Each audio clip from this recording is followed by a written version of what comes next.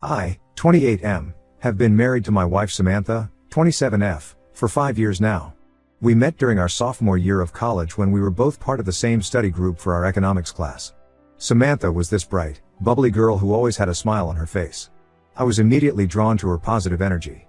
We started dating a few months later, and things just clicked. We had so much in common. We both loved hiking, trying new restaurants, and spending quiet evenings at home watching movies. After graduation, we got married in a small ceremony with just our close family and friends. We were young and in love, ready to take on the world together. The first couple of years of our marriage were great. We both landed decent jobs right out of college. I started working as a junior accountant at a local firm, and Samantha got a job as a marketing assistant at a tech startup. We saved up and bought a small house in the suburbs. It wasn't much, but it was ours, and we were proud of it. We talked about having kids early on. Samantha comes from a big family. She has 3 siblings, and she always wanted to be a young mom. I was an only child, so the idea of a big family was both exciting and a little scary to me. But seeing how happy it made Samantha, I was on board. About 2 years ago, Samantha got pregnant with our daughter, Sophie. We were over the moon. I still remember the day Samantha told me she had planned this whole elaborate reveal with a tiny pair of baby shoes. We spent hours that night talking about our future, picking out names, and imagining what our child would be like. During the pregnancy, I took on extra hours at work. I wanted to save up as much as possible for the baby expenses. It was tough. I was often working 60-hour weeks, but I felt it was worth it. Samantha had a difficult pregnancy with a lot of morning sickness, so I wanted to make sure she could relax and take care of herself. A few months before Sophie was born, Samantha brought up the idea of being a stay-at-home mom, at least for the first few years. Her own mom had stayed at home with her and her siblings, and Samantha wanted to do the same for our child. I was a bit hesitant at first. Living on a single income would be tight, but Samantha was so passionate about it that I agreed. We figured we could make it work if we were careful with our budget. Sophie was born on a rainy Tuesday morning in April. She was perfect, 7 pounds, 6 ounces, with a full head of dark hair just like mine. Those first few weeks were a blur of sleepless nights and diaper changes, but we were so in love with our little girl. At first, Samantha seemed to thrive as a stay-at-home mom. She joined a local mommy group, took Sophie to baby yoga classes, and was always trying new recipes for homemade baby food. I would come home from work to find them cuddled up on the couch, Samantha reading stories to Sophie. But as the months went by, I started to notice a change in Samantha. She became more withdrawn and irritable. She complained about being stuck at home all day with the baby. When I'd get home from work, she'd often hand Sophie to me and disappear into our bedroom for hours. I tried to help out as much as I could. I'd take over baby duty as soon as I got home, do the dishes, fold the laundry. But it never seemed to be enough. Samantha would find something to criticize. I didn't put the bottles in the right place. I didn't fold the onesies the way she liked. Our arguments became more frequent. Sometimes they were about big things, like our finances, which were getting tighter, or my long work hours. Other times they were about small things, like whose turn it was to get up with Sophie in the middle of the night. I suggested that maybe Samantha could join a gym or take up a hobby to get out of the house more, but she said we couldn't afford it. I felt stuck. I was working as hard as I could to provide for our family, but it still wasn't enough. A few months ago, Samantha told me she wanted to go back to work. I was surprised but supportive. We agreed that she'd look for a part-time job so we could balance childcare and work. She found a job as a receptionist at a local law firm. At first, things seemed better. Samantha was happier, and our arguments decreased. She'd come home from work with stories about her day, and it felt like we were connecting again. We even started having regular date nights, with my parents babysitting Sophie. But then I noticed she was spending a lot of time on her phone, always texting and smiling. When I asked her about it, she said it was just work stuff. I tried to brush off my concerns. After all, I should be happy that she was enjoying her job, right? Last week, I came home early from work to surprise Samantha. I had picked up flowers and was planning to suggest we go out for dinner. When I walked in, I heard her laughing in the kitchen. I thought maybe she had a friend over, but when I entered, I saw her on a video call with a man I didn't recognize. As soon as she saw me, she quickly ended the call and looked flustered. I asked her who she was talking to, and she said it was just a coworker. But something felt off. I've never been the jealous type, but her reaction made me suspicious. I asked to see her phone, and she refused, saying I was being controlling. We had a huge argument that night. Samantha accused me of not trusting her and said I was suffocating her. She brought up all sorts of old grievances, how I work too much, how I don't appreciate everything she does for our family. I told her that her behavior was making me uncomfortable and that I just wanted honesty. The next day, I decided to do some digging. I know it wasn't right, but I checked our phone bill. I saw numerous calls and texts to a number I didn't recognize, often late at night or when I was at work. Some calls lasted for over an hour. I confronted Samantha again, and this time she broke down. She admitted that she had been talking to a lawyer at her firm named Mark, 32M. She swore it was just friendship, that he was going through a divorce and needed someone to talk to. But I could see the guilt in her eyes. I asked her if she had feelings for him, and she couldn't give me a straight answer. She said she was confused and didn't know what she wanted anymore. She talked about feeling trapped in our marriage, how she felt like she had lost her identity since becoming a mom. I felt like my whole world was crumbling. This was the woman I had planned to spend the rest of my life with, the mother of my child. How had we gotten to this point? I don't know what to do. I love Samantha, and I love our daughter, but I can't shake the feeling that there's more to this friendship than she's letting on. I'm hurt, angry, and confused. I've been staying with my brother for the past few days to clear my head. He's been great, letting me crash on his couch and listening to me vent. Samantha keeps calling and texting, begging me to come home so we can talk. She says she wants to work things out, that she'll end her friendship with Mark. I grew up in a happy, two-parent household, and I always wanted the same for my kids. The thought of Sophie growing up in a broken home breaks my heart. I don't know if I can ever trust Samantha again. Even if nothing physical happened with Mark, she still lied to me and developed an emotional connection with another man. How can I be sure it won't happen again? I'm also worried about the practical aspects of separation. We can barely afford our lifestyle on two incomes. How would we manage if we split up? And what about custody of Sophie? I never thought I'd be in this position. When we got married, I was so sure we'd be together forever. Now, I'm not sure of anything anymore. Am I overreacting? Should I give her another chance? Or should I start preparing for the worst? I'm completely lost and could use some advice. Update 1: It's been a roller coaster few weeks since my last post.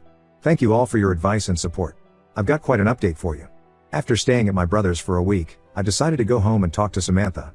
My brother thought I was being too forgiving, but I felt I owed it to our marriage and to Sophie to at least try to work things out. When I got home, Samantha was a mess. It was clear she hadn't been sleeping much, and the house was in disarray. Sophie was at my parents' house. Samantha had asked them to take her for a few days while she sorted some things out. We had a long, emotional conversation that lasted well into the night. Samantha swore that nothing physical had happened between her and Mark, but she admitted that they had been flirting and that she had developed feelings for him. She told me about how lonely and overwhelmed she had felt after Sophie was born. She said she felt like she had lost her identity, that she was just Sophie's mom or my wife and not Samantha anymore. The attention from Mark made her feel desired and interesting again. I was hurt but tried to understand. I realized that I had been so focused on providing for our family financially that I had neglected the emotional side of our relationship. We both cried and agreed that we needed to do better. We decided to try couples counseling and work on our communication. Samantha agreed to quit her job at the law firm. She said she couldn't trust herself to be around Mark. I promised to cut back on my work hours so I could be home more. For about a week, things were tense but improving. We started having daily check-ins where we'd talk about our feelings and any issues that came up. We took turns getting up with Sophie at night so we were both getting more sleep. We even started planning a weekend getaway, just the two of us. I took some time off work to be home more. We spent time together as a family, taking Sophie to the park and having picnics in our backyard. It felt like we were slowly reconnecting. But then, last Friday, everything blew up again. I was putting Sophie to bed when Samantha's phone kept buzzing with notifications. She was in the shower, and I know I shouldn't have, but I looked at her phone. There were multiple messages from Mark. They were definitely not just friendly. He was talking about how much he missed her, how he couldn't stop thinking about their last meeting. There were references to kisses and touches that made my blood run cold. I confronted Samantha as soon as she got out of the shower. At first, she tried to deny it, saying I was misinterpreting things. But when I told her I'd seen the messages, she broke down. She admitted that she had been meeting Mark in secret for the past 2 weeks. She said it started innocently. She ran into him at a coffee shop and they got to talking. But one thing led to another, and they ended up kissing. Samantha swore it was just kissing, that they hadn't slept together. But at this point, I don't know if I believe her anymore. She's lied to me so many times now, how can I trust anything she says? I was furious. I felt like such a fool. Here I was, trying to save our marriage, while she was sneaking around behind my back.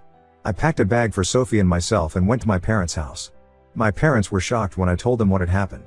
They've always loved Samantha like a daughter, and they couldn't believe she would do this. My mom suggested that maybe Samantha was going through some kind of depression or midlife crisis. My dad was less sympathetic. He said Samantha had made her choices and now she had to live with the consequences. Samantha has been calling and texting nonstop since I left. She's begging for another chance, saying she'll do anything to save our marriage. She says she's realized what a mistake she's made, that Mark means nothing to her and our family is everything. Part of me wants to believe her. I think about the good times we've had, about the life we've built together. I look at Sophie and I see both of us in her. The thought of breaking up our family is agonizing. But another part of me is just done. I've given Samantha so many chances, and she's thrown them all away. How many times can I let her break my heart before I say enough is enough? I'm also angry at myself. I feel like I should have seen this coming. There were so many red flags, the late night phone calls, the sudden need for privacy, the emotional distance. Was I just too naive to see what was right in front of me? I'm torn about what to do next. My parents think I should file for divorce and custody of Sophie. They say Samantha has shown that she can't be trusted, and that I need to protect myself and my daughter. My brother, on the other hand, thinks I should give her one last chance for Sophie's sake. He says that kids from broken homes often struggle, and that if there's any chance of salvaging our marriage, I owe it to Sophie to try. I'm stuck in limbo, not sure what to do.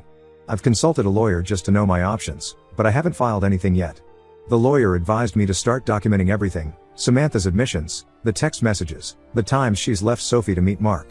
He says if it comes to a custody battle, I'll need all the evidence I can get.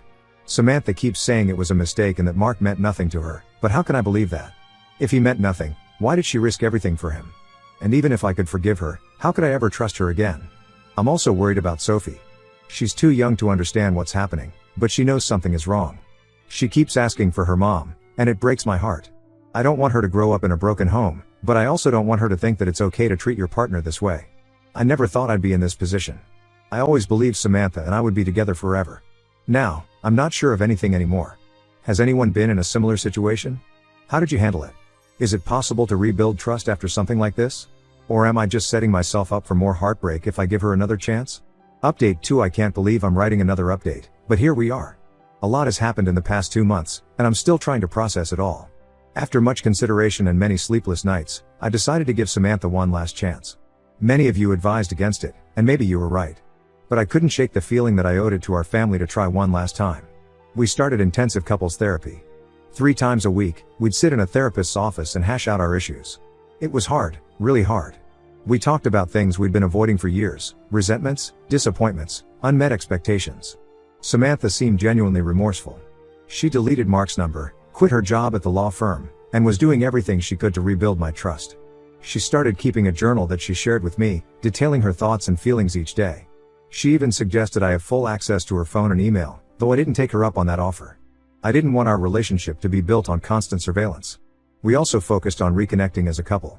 We started having regular date nights again, trying new hobbies together, and even took a weekend trip, just the 2 of us, while my parents watched Sophie. It felt like we were rediscovering each other. Samantha got a new part-time job at a local bookstore. It seemed perfect. She's always loved reading, and the hours were flexible enough that she could still be home with Sophie most of the time.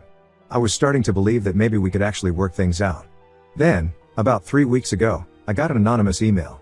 The sender claimed to be a friend of Mark's wife, Jessica. Yes, you read that right. Mark is married. The email contained screenshots of conversations between Samantha and Mark, dating back to when they first met at the law firm. I was in shock as I read through the messages. They revealed that Samantha and Mark's relationship had been physical from almost the beginning. They had been meeting at hotels during Samantha's lunch breaks and after work. There were explicit messages about their encounters that made me feel physically ill. What hurt the most was reading messages where they talked about their future together. They had discussed leaving their spouses and starting a new life. Samantha had written about how unhappy she was in our marriage, how she felt Mark truly understood her in a way I never could. I confronted Samantha with the evidence. This time, she didn't try to lie. She broke down completely, admitting to everything. She said she had ended things with Mark for good when I gave her the second chance, but she was too ashamed to tell me the full extent of their affair. She tried to explain that she had been in a dark place, that she didn't really mean the things she said to Mark about our marriage. She swore that she had realized how much she loved me and Sophie, and that's why she had committed so fully to fixing our relationship. But I was beyond listening at this point. All the progress we had made, all the trust we had rebuilt, shattered in an instant. I felt like I was back at square one, only this time the betrayal was even deeper. I told Samantha to pack her things and leave. She begged and pleaded, saying she would do anything to save our marriage, but I couldn't hear it anymore. I was done. The lies, the betrayal, it was too much. I felt like I had been living in a fantasy world for the past few weeks, believing we could actually fix things. I've filed for divorce and full custody of Sophie. Samantha is staying with her sister for now. She's still trying to convince me to reconsider, saying it was a huge mistake and that she loves me, but I can't bring myself to believe anything she says anymore. The hardest part is explaining this to Sophie. She's too young to understand fully, but she knows her mom isn't living with us anymore. It breaks my heart to see her confusion and sadness. I'm trying my best to maintain a stable routine for her, but it's challenging. I'm angry, hurt, and feeling like a complete fool. I gave Samantha so many chances, and she threw them all away. Now, I'm left to pick up the pieces of our broken family. Some days, it's hard to even get out of bed, but I know I have to stay strong for Sophie. I've also reached out to Jessica, Mark's wife. She didn't know about the affair either. We met for coffee and talked for hours. It was cathartic to speak with someone who understands exactly what I'm going through. We've been supporting each other through this mess. It's a small comfort in this whole ordeal. My parents have been incredibly supportive. They've been helping with Sophie and have offered to let us move in with them for a while if needed. My dad, who was skeptical about giving Samantha another chance, hasn't said "I told you so," which I appreciate. Work has been understanding, thankfully. I've taken some time off to deal with everything, and my boss has been flexible with my hours. I'm grateful for that, as I need to be there for Sophie now more than ever. I never thought I'd be a single dad at 28, but here I am. I'm focusing on Sophie and trying to create a stable environment for her. It's hard, but she's the reason I get up every morning. We've been spending a lot of quality time together, reading books, going to the park, baking cookies. Seeing her smile makes all of this a little more bearable. I've started seeing a therapist on my own to work through my feelings. It's helping me process the anger and betrayal. I know I need to be in a good place mentally for Sophie's sake. I guess this is the end of my marriage. It's not the ending I ever wanted or expected, but I know it's for the best. I can't stay with someone I can't trust, no matter how much history we have. It's going to be a long road, but I'm committed to creating a happy, healthy life for Sophie and myself. Thank you all for your support throughout this ordeal. Your advice and kind words have been a lifeline. I'm not sure what the future holds, but I know I'll get through this, for Sophie's sake and my own. Update 3. It's been half a year since my last update, and I thought I'd share where things stand now. The divorce is finalized. It was a messy and emotional process, but it's done. I got primary custody of Sophie, with Samantha having visitation every other weekend. It's not ideal, but it's what's best for Sophie right now. Samantha fought hard for joint custody, but given her history of instability and the affair, the judge ruled in my favor. Samantha moved out of town shortly after the divorce was finalized. She said she needed a fresh start. She's about an hour away now, which makes visitations a bit complicated, but we're making it work. She's still in Sophie's life, but I can tell it's hard for her to face me after everything that happened. As for me, I'm slowly putting my life back together. The first few months were rough. I was angry all the time, and it was affecting my relationship with Sophie. I'd find myself snapping at her over small things, then feeling guilty about it. I realized I needed help, so I started seeing a therapist regularly. It's been really helpful in processing my emotions and learning how to co-parent with Samantha despite everything. Sophie is doing better now. She still misses having both parents at home, but she's adjusting to the new normal. We have a good routine going, and I'm doing my best to give her a stable, loving environment. She's started preschool, which she loves. It's been good for her to have that social interaction with other kids. Work has been a saving grace. I threw myself into it, and it's paid off. I got a promotion last month, which has helped ease some of the financial strain of being a single parent. My boss has been understanding about my situation and allows me to have a flexible schedule so I can be there for Sophie. I've started dating again, very casually. It's weird being back in the dating world after being married for so long, but it's nice to feel that spark of connection again. I've been on a few coffee dates, nothing serious. It's mostly just nice to have adult conversations that don't revolve around work or parenting. I'm taking things slow, though. Sophie comes first, and I'm not ready for anything serious yet. Jessica, Mark's ex-wife, and I have become good friends. We've been a support system for each other throughout this whole ordeal. We meet up for coffee every couple of weeks to chat and check in on each other. There's nothing romantic there, just a deep understanding and respect. It's nice to have someone who truly gets what I've been through. As for Samantha and Mark, last I heard, they're not together. Samantha tried to reconcile with me one last time about 2 months ago, saying she had made the biggest mistake of her life. But I stood firm. Too much had happened, and I couldn't go back. She seemed to finally accept it and has been more cooperative with the co-parenting arrangement since then. I won't lie, there are still days when I miss the life we had, the family we were supposed to be. Sometimes I look at old photos and wonder how we got here. But then I remember all the lies and betrayal, and I know I made the right decision. Looking back, I can see now that our marriage had problems long before Mark came into the picture. We both made mistakes. I worked too much and didn't prioritize our relationship. Samantha struggled with the transition to motherhood and didn't communicate her needs effectively. But Samantha's choices destroyed any chance of reconciliation. I'm focusing on being the best dad I can be to Sophie. She's my world, and seeing her smile makes all the pain worth it. We have our little traditions now, Saturday morning pancakes, Sunday afternoon trips to the park. I'm also learning to be happy on my own, to rediscover who I am outside of being a husband. It's not the life I planned, but I'm making the best of it. To anyone going through something similar, hang in there. It does get better. It's a slow process, but you'll find happiness again.